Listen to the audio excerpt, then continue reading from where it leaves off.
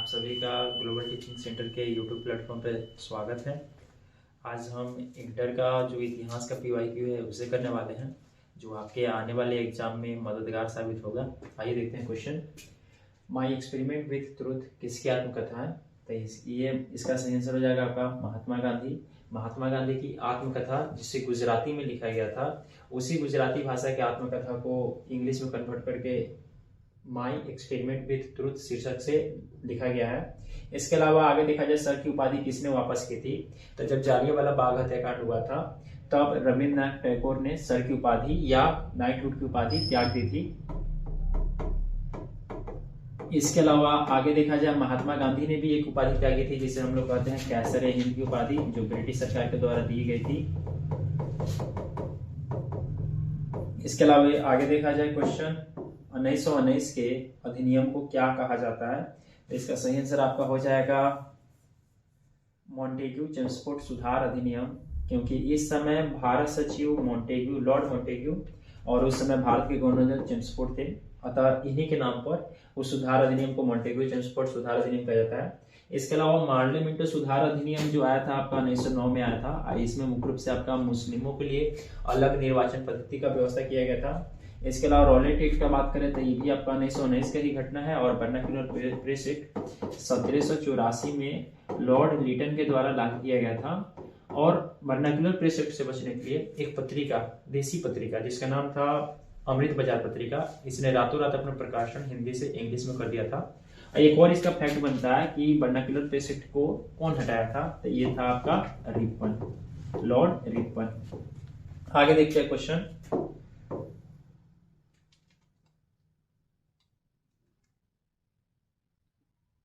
Question कर रहा है 24 जनवरी 1950 को संविधान सभा में कितने सदस्यों ने हस्ताक्षर किए थे? तो इसका सही आंसर हो जाएगा 284।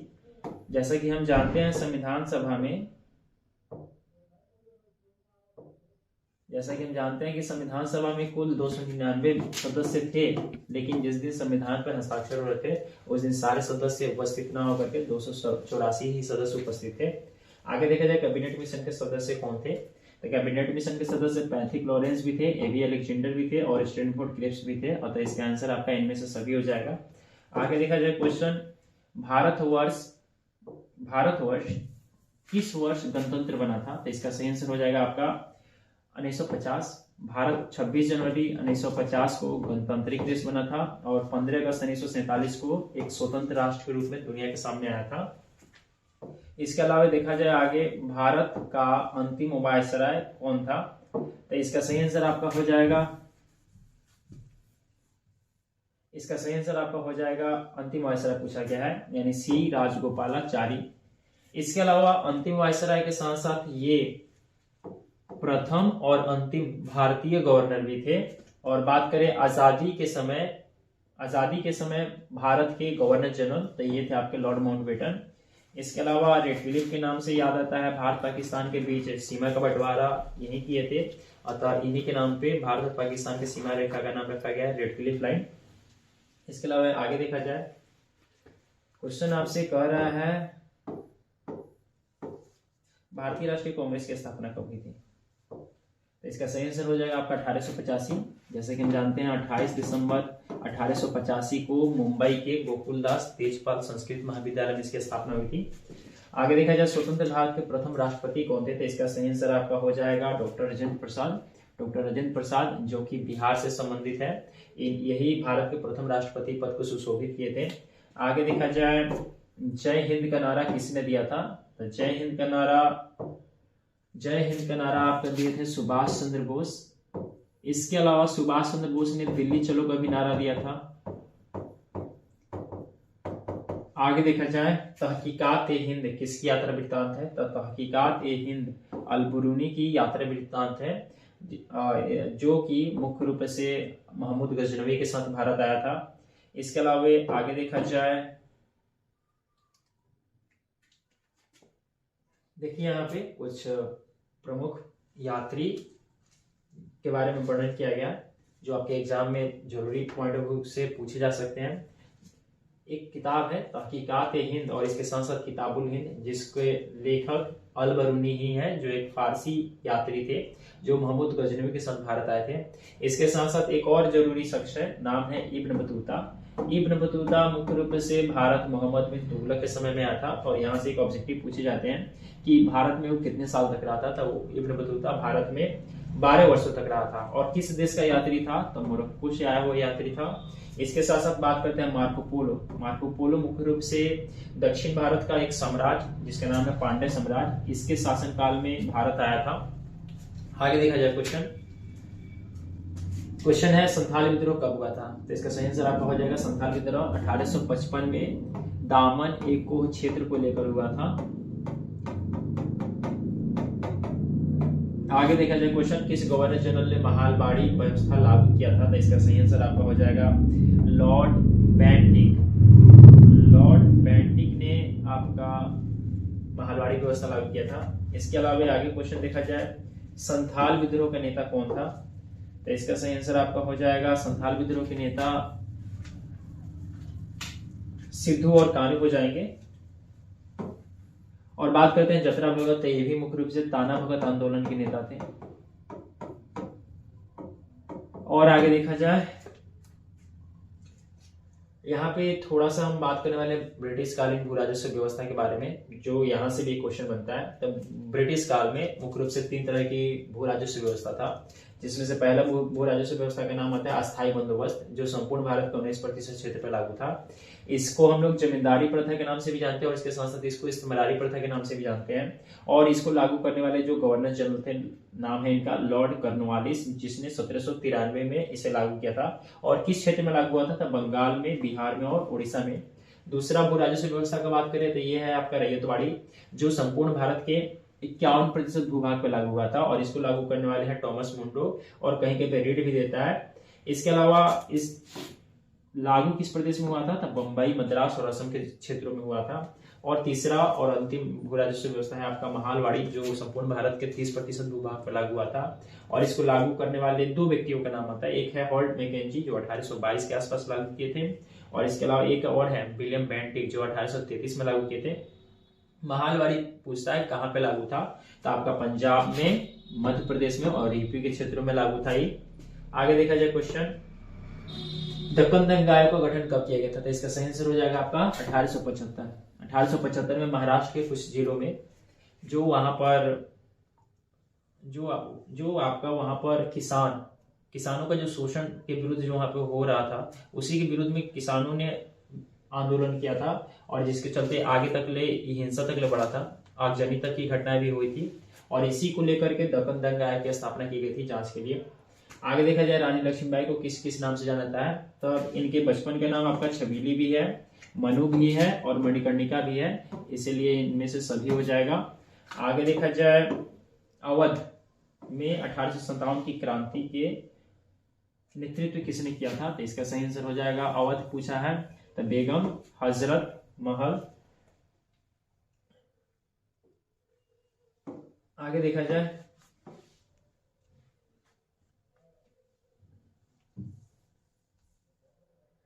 1857 के विद्रोह के समय भारत का गवर्नर जनरल कौन था, तो इसका सही आंसर आपका हो जाएगा बेंटिक। विद्रोह के समय भारत का गवर्नर जनरल बेंटिक ही था। इसके अलावा आगे देखा जाए क्वेश्चन, यहाँ पे कुछ प्रमुख गवर्नर जनरल का नाम दिया गया है, आइए इसको देख लेते हैं, जो आपके एग्जाम के लिए जरूरी है, बनते हैं। 1857 के क्रांति के समय भारत का गवर्नर जनरल कौन था, तो इसका सही आंसर हो जाएगा आपका लॉर्ड कैनिंग। और उस समय ब्रिटेन का पीएम था लॉर्ड पॉम्स्टन। इसके अलावा बात करते हैं गोलमेज सम्मेलन, जब प्रथम गोलमेज सम्मेलन चला था तो उस समय भारत में आपका लॉर्ड इरविन थे। और इसके अलावा उस समय ब्रिटेन में रैमजे मैकडोनाल्ड प्रधानमंत्री थे। और रैमजे मैकडोनाल्ड, आगे देखा जाए, रैमजे मैकडोनाल्ड आपका लगभग तीनों के तीनों गोलमेज सम्मेलन में प्रधानमंत्री बन के रहे थे। आगे देखा जाए, आजादी के समय भारत का गवर्नर जनरल कौन थे, तो आजादी के समय भारत के गवर्नर जनरल लॉर्ड माउंटबेटन थे। और आजादी के समय ब्रिटेन के पीएम कौन थे, तो क्लीमेंट एटली थे। इसके अलावा बात करते हैं, जो देश में पहला बार जनगणना हुआ था 1872 में, तो उस समय भारत के गवर्नर जनरल कौन थे, तो लॉर्ड मेयो थे। और 1881 में जो पहली दशकीय जनगणना और नियमित जनगणना हुई थी, उस समय कौन थे, तो लॉर्ड डफरिन थे। इसके अलावा यही लॉर्ड डफरिन थे जिनके समय में ही कांग्रेस की स्थापना 1885 में की गई थी। इसके अलावा बात करते हैं सेकेंड वर्ल्ड वॉर के समय में ब्रिटेन का पीएम कौन था, तो उस समय ब्रिटेन का पीएम था आपके विंस्टन चर्चिल। इसके अलावा देखा जाए कुछ गवर्नर जनरल का बारे में भी पूछ देता है, जैसा कि आपसे पूछ देगा भारत का पहला गवर्नर जनरल कौन था, तो इसका सही आंसर हो जाएगा आपका भारत का पहला गवर्नर जनरल लॉर्ड कैनिंग ही थे। इसके अलावा में लॉर्ड कैनिंग के बाद एक और पूछ सकते हैं आपसे, भारत के लास्ट वायसराय कौन थे, तो आपके भारत के लास्ट वायसराय आपके वारेन हेस्टिंग्स थे। आगे देखा जाए क्वेश्चन, और आजादी के समय में आपके भारत के गवर्नर जनरल के बारे में पूछता है, गवर्नर जनरल पूछ सकता है या वायसराय भी पूछ सकता है, तो इसका सही आंसर हो जाएगा लॉर्ड माउंटबेटन। और आजादी के बाद प्रथम भारतीय व्यक्ति एवं अंतिम भारतीय व्यक्ति जो गवर्नर जनरल के पद पे बैठा था, तो वो थे आपके सी राजगोपालाचारी। आगे देखा जाए क्वेश्चन, हड़प्पा किस नदी के किनारे स्थित है, तो आपका हड़प्पा मुख्य रूप से सिंधु नदी के किनारे स्थित है। इसका सही गलती है, इसका सही आंसर आपका हो जाएगा हड़प्पा रावी नदी के तट पर अवस्थित है, सिंधु नदी के तट पर आपका मोहनजोदाड़ो अवस्थित है। आगे देखा जाए कलिंग की लड़ाई कब लड़ी गई थी, तो कलिंग की लड़ाई आपका 261 ईसा पूर्व में लड़ी गई थी, और इसके साथ साथ अशोक राजगद्दी पे 269 ईसा पूर्व में बैठा था। आगे देखा जाए अशोक किस वंश का शासक था, तो अशोक मुख्य रूप से आपका मौर्य वंश का शासक था, और अशोक के जो पिता थे बिंदुसार के बाद राजगद्दी अशोक को मिला था। इसके अलावा आगे देखा जाए क्वेश्चन, पाटलिपुत्र के संस्थापक कौन थे, तो इसका सही आंसर हो जाएगा उदयन ने ही पाटलिपुत्र की स्थापना की थी। आगे देखा जाए क्वेश्चन, मुद्रा राक्षस की किसकी रचना है, तो मुद्रा राक्षस आपका विशाख दत्त की रचना है। इसके अलावा दो और प्रमुख व्यक्तित्व है, कौटिल्य जिसको विष्णुगुप्त और चाणक्य के नाम से भी जानते हैं, इन्होंने प्रमुख पुस्तक अर्थशास्त्र लिखा था, और ये आपके चंद्रगुप्त मौर्य के प्रधानमंत्री थे। इसके अलावा मेघास्नी चंद्रगुप्त मौर्य के दरबार में आने वाला सेल्यूकस निकेटर के तरफ से एक दूत था जो चंद्रगुप्त मौर्य के दरबार में आया था, और इसने भी प्रमुख पुस्तक इंडिका लिखी है। इसके अलावा बात करते हैं समुद्रगुप्त की तुलना किससे की जाती है, तो समुद्रगुप्त को हम लोग मुख्य रूप से भारत के नेपोलियन भी कहते हैं, तो इसका सही आंसर भी हो जाएगा। आगे देखा जाए बुद्ध का जन्म कहां पर हुआ था, तो इसका सही आंसर आपका हो जाएगा लुम्बिनी, जो कि आज नेपाल में पड़ता है। तो बुद्ध का जन्म हुआ था आपका लुम्बिनी ग्राम में। इसके अलावा बात करते हैं बुद्ध को ज्ञान की प्राप्ति होती है बोधगया में, और इसके अलावा सारनाथ में इन्होंने अपना पहला उपदेश दिया था, और इसके साथ साथ पावापुरी मुख्य रूप से जैनों का प्रमुख स्थान है, यहाँ पे महावीर स्वामी का निर्वाण की प्राप्ति हुई थी। इसके अलावा देखा जाए आगे हड़प्पा सभ्यता किस युग की सभ्यता है, तो इसका सही आंसर हो जाएगा आपका कांस्य युग। हड़प्पा सभ्यता मुख्य रूप से कांस्य युग की सभ्यता है। आगे देखा जाए क्वेश्चन, मोहनजोदाड़ो का शाब्दिक अर्थ क्या है, तो मोहनजोदाड़ो का शाब्दिक अर्थ है मृतकों का टीला। इसके अलावा देखा जाए भारतीय पुरातत्व का पिता किसे कहा जाता है, तो इसका सही आंसर हो जाएगा आपका अलेक्जेंडर कनिंघम, इन्होंने ही पहली बार भारत में पुरातत्व विभाग की स्थापना की थी।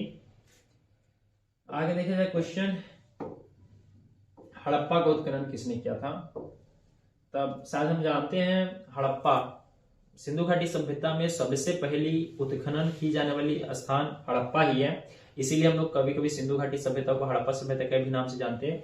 इसका उत्खनन आपका 1921 ईस्वी में दयाराम सहनी के द्वारा किया गया था, और उसके बाद आगे चलकर के 1922 में आपका मोहनजोदाड़ो का भी उत्खनन होगा, जो राखलदास बनर्जी करने वाले हैं। आगे देखा जाए इसका कालीबंगा कहां पर स्थित है, तो इसका सही आंसर हो जाएगा आपका कालीबंगा राजस्थान में स्थित है। कालीबंगा का शाब्दिक अर्थ देखा जाए तो काली चूड़िया होती है।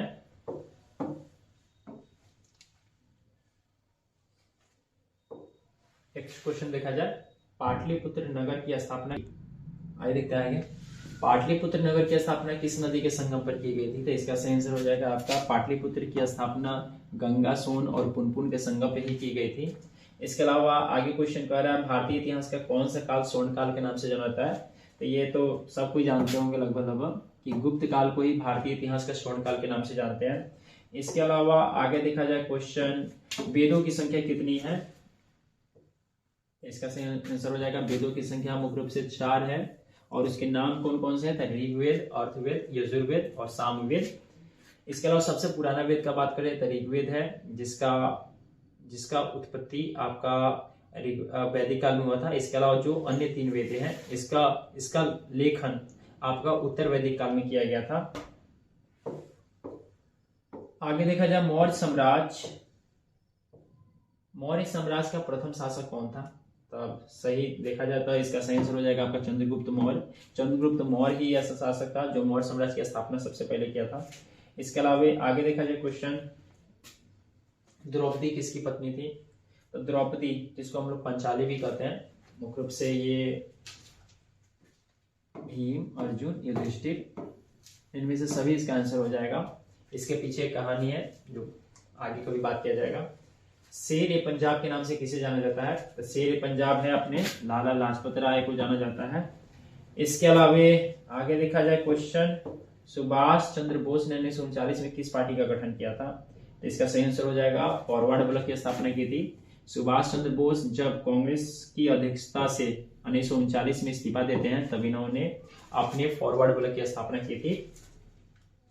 इसके अलावा देखा जाए आगे क्वेश्चन कर रहा है 14 नवंबर को किसका जन्म दिवस है? तो इसका सही आंसर हो जाएगा आपका 14 नवंबर को चाचा नेहरू, चाहे जवाहरलाल नेहरू का जन्म दिवस है, जिसको हम लोग बाल दिवस के रूप में मनाते हैं।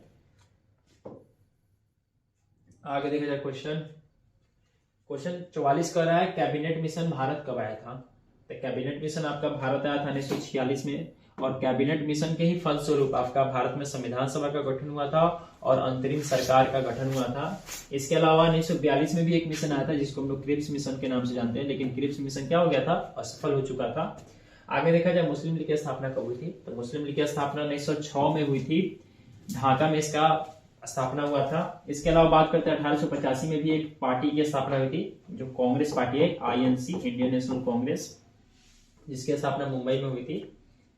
आगे देखा जाए क्वेश्चन, बंगाल विभाजन कब हुआ था? तो इसका सही आंसर हो जाएगा 1905 में लॉर्ड कर्जन, जो उस समय का गवर्नर जनरल था, इसने बंगाल विभाजन को किया था।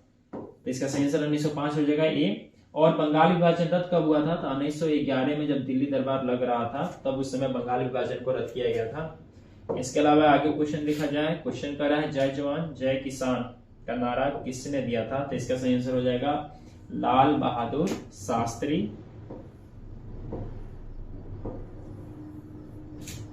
आगे क्वेश्चन देखा जाए, भारत का राष्ट्रगान कौन सा है?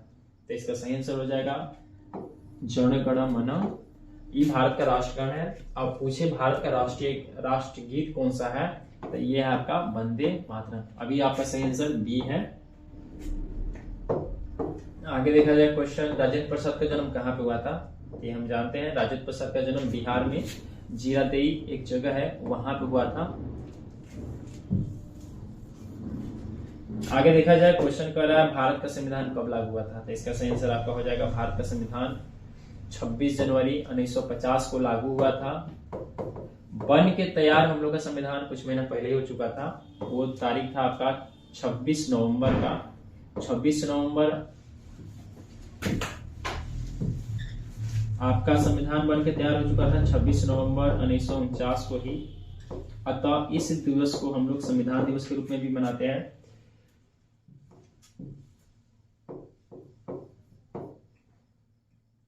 आगे देखा जाए क्वेश्चन, पूछ रहा है प्रथम बौद्ध संगीति कहाँ हुई थी? तो इसका सही आंसर आपका हो जाएगा प्रथम बौद्ध संगीति आपका राजगिरी में हुआ था, दूसरा वैशाली में, तीसरा आपका पाटलिपुत्र में और चौथा हुआ था कश्मीर के कुंडलवन में। आगे देखिए जाए श्वेतांबर और दिगंबर किस धर्म से संबंधित है? तो इसका सही आंसर हो जाएगा जैन धर्म। ये मुख्य रूप से जैन धर्म की 2 शाखाएं हैं जो आगे अपने विचारों और मतों को लेकर के बढ़ चुकी है। आगे देखा जाए क्वेश्चन, सांची का स्तूप किस धर्म से संबंधित है? तो सांची का स्तूप आपका मुख्य रूप से बौद्ध धर्म से संबंधित है, जो आपका मध्य प्रदेश का सांची नामक जगह पर पाया जाता है। आगे देखा जाए शेर शाह ने किस मुगल सम्राट को हराया था? तो शेर शाह ने हुमायूं को हरा करके एक समय के लिए दिल्ली की गद्दी पे कब्जा कर लिया था और हुमायूं को अपनी जान बचा करके आगे भागना पड़ा था। यहाँ पे थोड़ा सा हम देखते हैं प्रमुख बौद्ध संहिता, यहाँ से पूछता है आप लोग का क्वेश्चन, तो इसका कुछ ट्रिक भी है। देखा जाए यहाँ पे आगे, पहला जो बौद्ध संहिता हुआ था यह आपका हुआ था राजगिरी में, किसके समय में, तो अजात शत्रु के समय में। कब, तो 483 ईसा पूर्व में, और इसकी अध्यक्षता महाकश्यप ने की थी। इसके अलावा दूसरा आपका बौद्ध संहिता हुआ था वैशाली में, उस समय अध्यक्षता किया गया था साबक कामी ने, और उस समय शासक था आपका कालाशोक, जिसका समय काल है 383 ईसा पूर्व। इसके साथ बात करें, तीसरा जो आपका बौद्ध संहिता था पाटलिपुत्रा में हुआ था, और उस समय अध्यक्ष बने थे मोंगलीपुत्तिस, और उस समय शासक था आपका अशोक, और उस समय काल है आपका 250 ईसा पूर्व। इसके अलावा लास्ट जो आपका चौथा बौद्ध संहिता हुआ था कुंडलवन कश्मीर में हुआ था, और उस समय इसकी अध्यक्षता वसुमित्र ने की थी, और उस समय का शासक कनिष्क था, और इसका समय काल था आपका प्रथम शताब्दी। आगे देखा जाए क्वेश्चन, जहांगीर का शासन काल क्या है, तो यहाँ पे जो चारों ऑप्शन है किसी न किसी शासक के शासन काल को ही दर्शा रहा है। यहाँ पे देखा जाए 1526 से 1530 ये मुख्य रूप से बाबर का शासन काल है, और 1530 में बाबर मर गए थे। इसके अलावा बाबर के बाद आता है आपका हुमायूं 1530 से लेकर 1556 तक ले शासन किए थे, बीच में कुछ साल तक ले निर्वासित जीवन व्यतीत किए थे। आगे देखा जाए 1556 से 1605 तक ले ये शासन काल है अकबर का, और अकबर की मृत्यु 1605 में हो गई थी। और इसके बाद आते हैं जहांगीर, जो आपका शासन काल है 1605 से लेकर के 1627, तो इसका सही आंसर हो जाएगा आपका 1627। आगे देखा जाए सुलह एक कुल का शाब्दिक अर्थ क्या है, तो सुलह एक कुल का शाब्दिक अर्थ है सर्वत्र शांति या सार्वभौमिक शांति, और सुलह एक कुल की नीति अकबर के द्वारा ही अपनाई गई थी। आगे देखा जाए क्वेश्चन पूछ रहा है 1556 में पानीपत की दूसरी लड़ाई में अकबर ने किसे हराया था, तो इसका सही आंसर हो जाएगा अकबर ने हेमू को हराया था। आगे देखा जाए जीतल क्या है, तो दिल्ली सल्तनत काल में एक तांबे का सिक्का जारी किया गया था जिसको जीतल कहा जाता है। आगे कह रहा है ताजमहल का निर्माण किसने कराया था, तो इसका सही आंसर आपका हो जाएगा ताजमहल का निर्माण आपका शाहजहां ने कराया था। कहां पर, था आगरा में, अपनी बीवी की याद में। इसके अलावा कुरुक्षेत्र का युद्ध किसने जीता था, तो इसका सही आंसर है महाभारत काल से क्वेश्चन पूछा है ये आपका।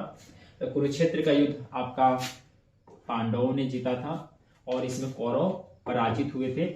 आगे देखा जाए हम्पी नगर किस साम्राज्य से संबंधित है, तो हम जानते हैं जैसा कि विजयनगर साम्राज्य की राजधानी हम्पी थी, और विजयनगर साम्राज्य की स्थापना हरिहर और बुक्कर नामक शासकों ने 1336 में किया था, जो कि तुंगभद्रा नदी के तट पर अवस्थित था। आज भी इसके अवशेष देखने को मिलते हैं। आगे देखा जाए कुछ मुगलकालीन शासक और उनके द्वारा बनाई गई कुछ इमारतें जो आज बहुत ज्यादा महत्वपूर्ण रूप से एग्जाम में पूछी जाती हैं। शाहजहां ने दिल्ली के लाल किला का निर्माण कराया था, इसके साथ साथ जामा मस्जिद का निर्माण कराया था, और आगरा का किला का भी निर्माण कराया था, और आगरा के मोती मस्जिद का भी निर्माण शाहजहां ने कराया था। इसके अलावा और बात करते हैं औरंगजेब का, तो औरंगजेब मुख्य रूप से आपका बीवी का मकबरा जो आज महाराष्ट्र के औरंगाबाद में है, और इसके साथ साथ औरंगजेब ने मोती मस्जिद का भी निर्माण कराया था जो आज दिल्ली में है। इसके अलावा अकबर ने भी फतेहपुर सीकरी में अपना किला बनवाया था, दीवान आम और दीवान खास बनवाए थे, जामा मस्जिद आगरा की बनवाई थी, और इसके अलावा सलीम चिश्ती की दरगाह को आगरा में बनवाया था, और बुलंद दरवाजा गुजरात विजय के उपलक्ष्य में बुलंद दरवाजा का निर्माण कराया था।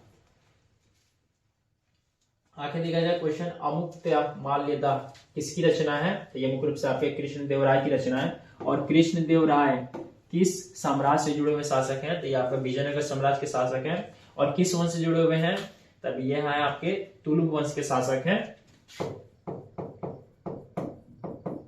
आगे देखा जाए आयंगर व्यवस्था किससे संबंधित थी, तो विजयनगर साम्राज्य की जो ग्रामीण प्रशासनिक इकाई था उसी से जुड़ा हुआ है आपका आयंगर व्यवस्था। आगे देखा जाए अल बरूनी किसके साथ भारत आया था, तो इसका सही आंसर हो जाएगा अल बरूनी मोहम्मद गजनी के साथ आया था भारत। आगे देखिए यहाँ पे क्वेश्चन इसका कराया गया आपको पीछे, देखिए वही क्वेश्चन पूछ दिया है। चौथी बौद्ध परिषद किस शासन के काल में हुई थी, तो इसका एक ट्रिक होता है आपका, अशोक से याद रखिएगा, और से हो जाएगा आपका अजातशत्रु, दूसरे का हो जाएगा शोक से याद रखिएगा काला शोक, तीसरे का है अशोक के समय में, और जो लास्ट है क से हो जाएगा कनिष्क। तो चौथा बहुसंगति हुआ था कनिष्क के समय में, इसका सही आंसर हो जाएगा कनिष्क। आगे देखा जाए बंगाल में भक्ति आंदोलन का प्रसार किस संत ने किया था, तो इसका सही आंसर आपका हो जाएगा चैतन्य महाप्रभु ने बंगाल में भक्ति आंदोलन का प्रारंभ किया था। और रामानंद उत्तर भारत में भक्ति आंदोलन के ये प्रमुख संत थे। आगे देखा जाए तलवंडी किसका जन्म स्थान है, तो तलवंडी आपका गुरु नानक जो सिखों के प्रथम गुरु हैं, इनका जन्म स्थान है, जो कि आज पाकिस्तान में पड़ता है। इसके अलावा बात करें बीजक में किसके उपदेश संग्रहित है, तो कबीर के जितने भी उपदेश हैं उसको बीजक में संग्रहित किया गया है। आगे देखा जाए कैप्टन हॉकिंस किस मुगल शासक के दरबार में आया था, तो इसका सही आंसर आपका हो जाएगा कैप्टन हॉकिंस जहांगीर के समय में आया था। इसके अलावा बात करते हैं, यहाँ से भी एक क्वेश्चन बनता है कि किस शासक ने तंबाकू पे प्रतिबंध लगाया था, तो ये जहांगीर ही था जिसने तंबाकू पे प्रतिबंध लगाया था। आगे देखा जाए क्वेश्चन, सलीम चिश्ती की दरगाह कहाँ पर अवस्थित है, तो अभी हम लोग जस्ट पढ़े हैं सलीम चिश्ती की दरगाह आगरा में है, जिसको बनवाने वाले शासक हैं अकबर। इसके अलावा बात करते हैं भक्ति आंदोलन का उत्तर भारत में आरंभ किसने किया था, तो ये सही आंसर हो जाएगा रामानंद।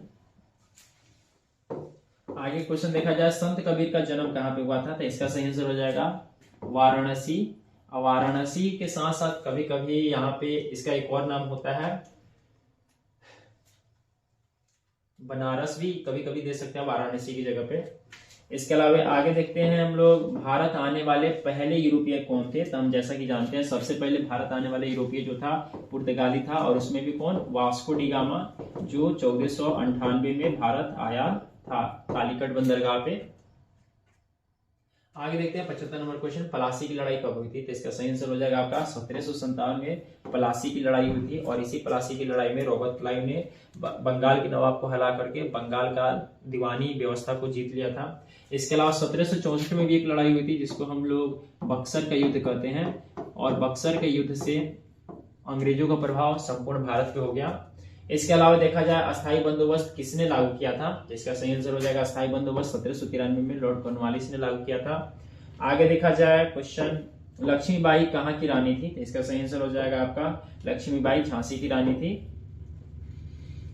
आगे देखा जाए इसमें एक और क्वेश्चन है, वीर कुंवर सिंह कहाँ के रहने वाले थे, तो वीर कुंवर सिंह 1857 की क्रांति के एक प्रमुख नेता, जो जगदीशपुर बिहार में जो पड़ने वाला क्षेत्र है, यहाँ के ये जमींदार थे। लेकिन जमींदार होने के बावजूद भी इन्होंने अंग्रेजों का विरोध में चाहे विद्रोह में साथ दिया था, साथ नहीं दिया था, विद्रोह किया था अंग्रेजों के खिलाफ। क्वेश्चन आगे कर रहा है, महात्मा गांधी द्वारा शुरू किया गया पहला जन आंदोलन कौन था, तो महात्मा गांधी के द्वारा 2-3 टाइप के आंदोलन चालू किए गए। जन आंदोलन का यहाँ पे पूछा गया था, गांधी के द्वारा चालू किया गया पहला जन आंदोलन था असहयोग आंदोलन, जो आपका 1920 में चालू हुआ था, और 1922 में जो चौरा चोरी कांड हुआ था उसके बाद इसको स्थगित कर दिया गया था। गांधी का दूसरा जो आंदोलन था, जिसको दूसरा जन आंदोलन कहते हैं, ये था आपका सविनय अवज्ञा आंदोलन। और तीसरा जो जन आंदोलन था वो था आपका भारत छोड़ो आंदोलन। तो अभी इसका सही आंसर हो जाएगा 79 का बी, असहयोग आंदोलन। आगे देखा जाए 1916 में हुए भारतीय राष्ट्रीय कांग्रेस के लखनऊ अधिवेशन की अध्यक्षता किसने की थी, तो इसका सही आंसर हो जाएगा अंबिका चरण मजूमदार। इसी में कांग्रेस जो 1907 में टूट चुकी थी नरम दल और गरम दल के रूप में, दोबारा से यहाँ पे एक हो जाती है। आगे देखा जाए विक्टोरिया टर्मिनल्स की किस स्थापत्य शैली का उदाहरण है, तो इसका सही आंसर हो जाएगा नव शास्त्रीय स्थापत्य शैली का एग्जाम। रुक जाइएगा, गलती है, ये नहीं होगा। विक्टोरिया टर्मिनल्स किस स्थापत्य शैली का उदाहरण है, तो इसका सही आंसर हो जाएगा आपका नव गॉथिक शैली का एग्जाम्पल है। और जो विक्टोरिया टर्मिनल्स, जिससे आज हम लोग छत्रपति शिवाजी टर्मिनल्स के नाम से जानते हैं, जो कि एक यूनेस्को साइट है जो आज महाराष्ट्र में अवस्थित है, महाराष्ट्र के मुंबई में। आगे देखा जाए गेटवे ऑफ इंडिया का निर्माण कब हुआ था, तो जब 1911 में दिल्ली दरबार लगने वाली थी, उसमें ब्रिटेन के जॉर्ज पंचम जो शासक भारत आ रहे थे दिल्ली दरबार में, तो उनके स्वागत के लिए मुंबई में बनाया गया था गेटवे ऑफ इंडिया 1911 में। इसके अलावा देखा जाए भारत में रेलवे की शुरुआत कब हुई थी, तो इसका सही से हो जाएगा आपका 1853 में भारत में पहली बार रेलवे की शुरुआत हुई थी, और पहली बार मुंबई से ठाणे के बीच ट्रेन का परिचालन किया गया था। इसके अलावा बात करें दुनिया में पहले बार रेलवे कब चला था, तो 1825 में चला था। इंग्लैंड में चला था। इसके अलावा देखा जाए महात्मा गांधी दक्षिण अफ्रीका से भारतवर्ष कब लौटे थे, तो इसका सही आंसर हो जाएगा आपका 1915। 9 जनवरी 1915 को गांधी जी स्वदेश लौटे थे, अतः उन्हीं की याद में 9 जनवरी को हम लोग प्रत्येक साल प्रवासी भारतीय दिवस मनाते हैं।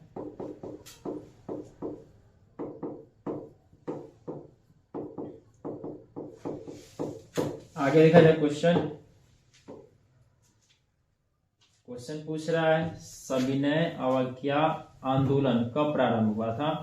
तो सविनय अवज्ञा आंदोलन आपका हुआ था प्रारंभ 1930 में, और सविनय अवज्ञा आंदोलन को प्रारंभ करने के लिए गांधी जी ने दांडी को चुना था, और जिसका शुरुआत गांधी जी ने साबरमती आश्रम से किया था। साबरमती आश्रम से 12 मार्च 1930 को अपना पैदल यात्रा पे निकलते हैं 78 अनुयायियों के साथ है। करीब 350 किलोमीटर का लंबा सफर पैदल तय करते हुए पहुंचते हैं 5 अप्रैल 1930 को गुजरात के दांडी तट पे, और 6 अप्रैल को गांधी जी ने नमक बना करके नमक कानून का उल्लंघन किया था, और उसी दिन से क्या हो जाता है आपका सविनय अवज्ञा आंदोलन की शुरुआत हो जाती है। आगे देखा जाए गांधी जी के राजनीतिक गुरु कौन थे, तो इसका सही आंसर हो जाएगा गोपाल कृष्ण गोखले। गोपाल कृष्ण गोखले गांधी जी के राजनीतिक गुरु थे। इसके अलावा एक और पूछ सकता है आप लोग से सुभाष चंद्र बोस के राजनीतिक गुरु कौन थे, तो इसका सही आंसर हो जाएगा CR दास, चित्तरंजन दास। आगे देखा जाए दांडी मार्च से किस आंदोलन की शुरुआत हुई थी, तो इसका सही आंसर अभी जस्ट हम बताए हैं सविनय अवज्ञा आंदोलन की शुरुआत हुई थी दांडी मार्च से। इसके अलावा देखा जाए बिहार में चंपारण सत्याग्रह कब हुआ था, तो इसका सही आंसर हो जाएगा 1917। ये पहला बार था गांधी जी के द्वारा भारत में पहला बार सत्याग्रह का प्रयोग चंपारण में ही किया गया था। आगे क्वेश्चन देखा जाए, क्वेश्चन कर रहा है गांधी इरविन समझौता कब हुआ था। तो जब गांधी जी का सविनय अवज्ञा आंदोलन चल रहा था उस समय में लॉर्ड इरविन ने गांधी जी को बुला करके दिल्ली में समझौता किया था, जिसे गांधी इरविन समझौता या दिल्ली पैक्ट के नाम से भी जानते हैं, जो 1931 में हुआ था। और उसके बाद समझौते के बाद गांधी जी द्वितीय गोलमेज सम्मेलन में ब्रिटेन जाने के लिए तैयार हो गए थे कुछ शर्तों पर। आगे देखा जाए 90 नंबर क्वेश्चन है साइमन कमीशन भारत कब आया था। तो साइमन कमीशन भारत आपका 1928 में आया था, और जैसे ही मुंबई उतरती है तो इनका बड़े पैमाने पे विरोध किया गया था, और जैसे ही साइमन कमीशन अलग अलग क्षेत्रों से होकर गुजरती है वहां पे भी इनका भरपूर विरोध होता है। इसी क्रम में पंजाब में लाला लाजपत राय साइमन कमीशन का विरोध कर रहे थे, और वहां पे जो अशांति फैलती है उसके चलते लाला लाजपत राय की मृत्यु वहां पे सर पे लाठी लगने से हो गई थी।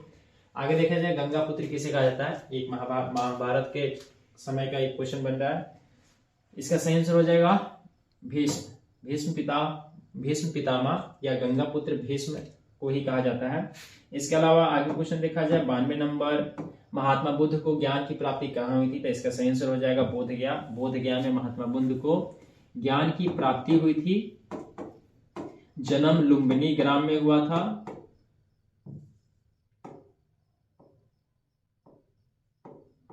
प्रथम उपदेश सारनाथ में दिए थे, और कुशीनगर में इनको निर्वाण की प्राप्ति हुई थी, यानी मृत्यु हुई थी। आगे देखा जाए स्तूप संबंधित है किस धर्म से, तो मुख्य रूप से स्तूप जो वास्तुकला है ये आपका बौद्ध धर्म से संबंधित एक इमारत है। आगे देखा जाए क्वेश्चन